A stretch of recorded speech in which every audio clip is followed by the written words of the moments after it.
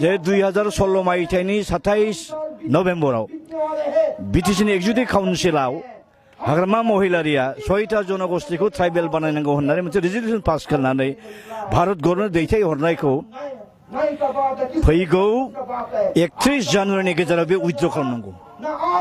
ओमफ्राय बिजेपि गभर्नमेन्टनिफ्राय बिसोर ओंखारना फैनांगौ बिपिएफ पार्टिया जुदि ओंखारनानै फैयाब्ला 1 फेब्रुवारिनिफ्राय आं दुलाराय बर' फिसाफोरखौ खावलायनो नागिरदों कुनु मानसिया बे बिपिएफनि मानसिफोरखौ कुनु गामियाव मेल मिटिं खालामनो होनो नाङा आरो 1 फेब्रुवारिनिफ्राय जेसेबां बर' मानसि बिपिएफआव दं बिजेपिआव दङब्ला आरएसएसआव दङब्ला ओंखारबोजोबथारनांगौ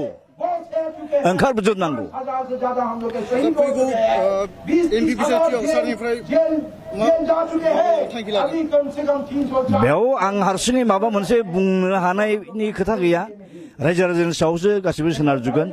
रायजो राजा सोरखौ फसायनानै सोरखौ फसंहैयो बे रायजो राजानि खोथा आरोखि हारसिं सोरबाया जानो होननानै जानो हानाय जिनिस दङ आरोखि जायखिजाया आं जेसेबां मुलुगाव बर' फिसाफोर दं बयखौबो आं खावलायनो नागिरबाय पार्टि फुर्ति इडिअलजि जालदाब गारनानै आलादा रायजोनि थाखाय आरो बे 6टा जातिखौ ट्राइबेल बानायनो नागिरनाय गभर्नमेन्टनि जिथु गाज्रि पलिसि बेखौ फेजेननायनि बिथिङाव जों खौसेयै जुजिनांगौ जाहैदों नङाब्लाथ' उफायानो गैला आरोखि जोबस्रांजोबखासिगोन आरोखि